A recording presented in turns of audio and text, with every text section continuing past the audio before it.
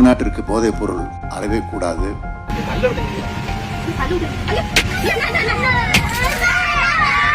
போதைப் பொருள் இல்லாத தமிழ்நாட்டை உருவாக்குவோம். தனியார் பள்ளி பேருந்தை வெடிமறித்த போதையில் இருந்ததாக கூறப்படும் 3 பேர் பேருந்தின் கண்ணாடியை கல்வீசி தாக்கிய நிலையில் பேருந்துக்குள் இருந்த மாணவர்கள் அலறிய வீடியோ வெளியாகியுள்ளது. பெண் ஆசிரியர்களை ஆபாசமாக பேசிய அந்த கும்பல் முன்பக்க வைப்பரையும் வளைத்து சேதப்படுத்தியது. போதைப் பொருள் இல்லாத தமிழ்நாட்டை உருவாக்குவோம்.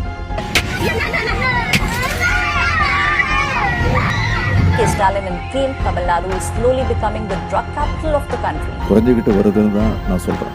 They're even accusing DMK government of allowing free flow of drugs across the length and breadth of the state of Tamil Nadu. போதைப் பொருட்களின் உற்பத்தி தடுப்பு நடவடிக்கைகளின் மூலம் போதைப் பொருட்களை தமிழ்நாட்டில் வேரறுக்க துணை நிற்பேன்.